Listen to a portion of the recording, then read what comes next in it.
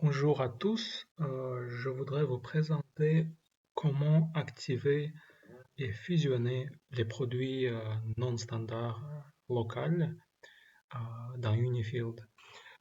Certainement, vous avez entendu des codes et des produits non standards locaux et vous auriez également reçu un message de l'équipe Unifield du siège par rapport à ça.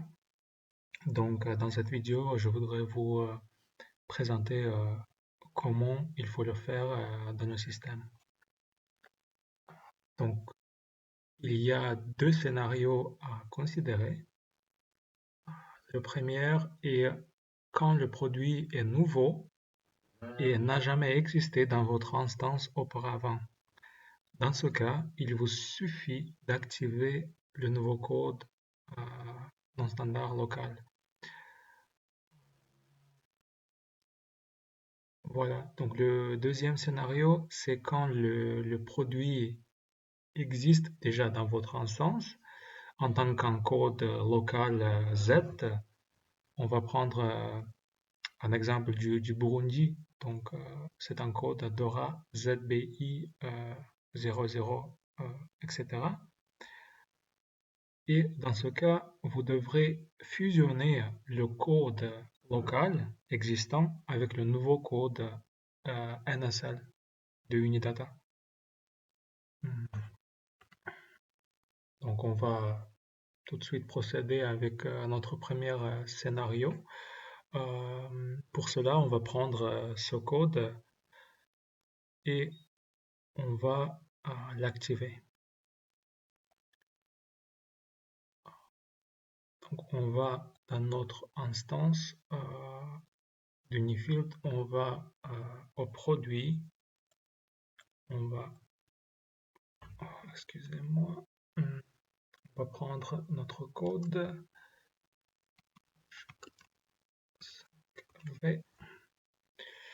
Donc, on va chercher notre code.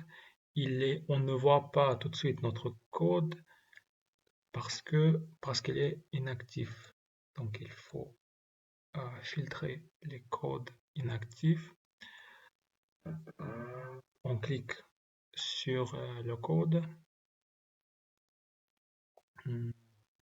Ensuite, on descend. On vérifie que le niveau de standardisation est bien non standard local. Donc, le statut est actif, valide, et le produit est inactif actuellement. Donc, on va cliquer sur ce bouton de réactiver produit. Ensuite, on voit un avertissement qu'il faut fusionner le produit s'il y a un code local, mais dans ce scénario, on n'a pas de code local, le code Z, c'est-à-dire on va juste activer ce code. Donc on clique sur OK. Et c'est tout. Notre code est actif. Si on revient au menu principal, on filtre les produits actifs et on voit qu'il est bien actif et utilisable. Donc on continue avec le deuxième scénario. Dans ce cas-là, n'oubliez pas que ce produit de calcium aspartate, il existe déjà dans notre instance sous ce code local de DORA ZBI 0002 et on va maintenant fusionner notre code local avec le code NSL. Et en même temps, on va transférer, donc l'idée, le but de cet exercice, c'est que l'historique, donc la consommation et les niveaux de stock de notre code local va être transféré au nouveau code NSL. Donc on rentre dans notre base de données. J'ai déjà ouvert le code NSL. Donc on voit notre code, on voit qu'il est non standard local, il est valide, mais il n'est pas actif. Et également notre code local Dora ZBI 0002, il est actif, donc c'est un code local. Et on va maintenant procéder à fusionner ces deux produits.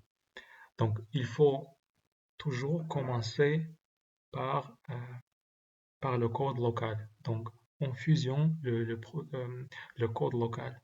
Donc on rentre dans notre code local, on descend et on clique sur le bouton fusion produit.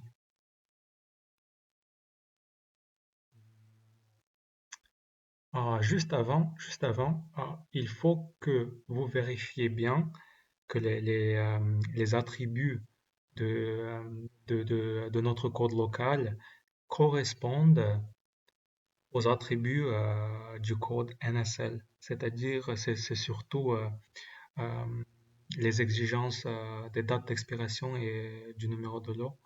C'est-à-dire, si pour ce code, la date d'expiration et le numéro de lot est obligatoire,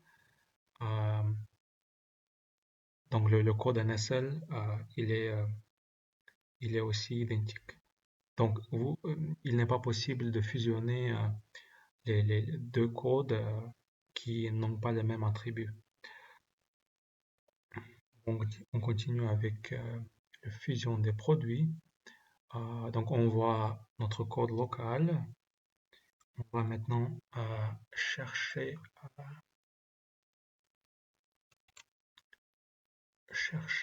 notre code NSL et on vérifie bien que les descriptions se correspondent. Et comme j'ai déjà dit, on va donc fusionner ces deux produits, transférer l'historique de consommation et également les niveaux de stock de notre code local au nouveau code NSL. Il y a aussi un filtre en champ qui nous demande si on utilise un produit standard ou non standard. On le laisse vide et on procède avec la fusion.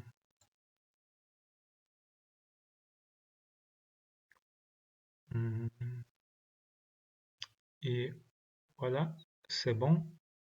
On voit notre code NSL.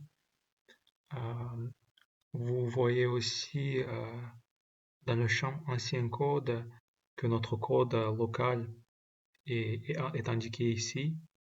On voit aussi que le code est actif. Donc le code local, il a été désactivé et fusionné à ce code. Et si on revient au menu principal,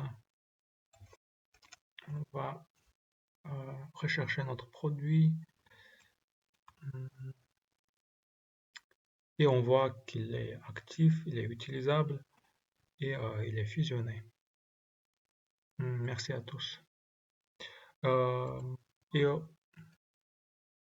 Et juste pour ajouter, si vous avez besoin de plus d'informations, n'hésitez pas à écrire à notre équipe Unifield SAS.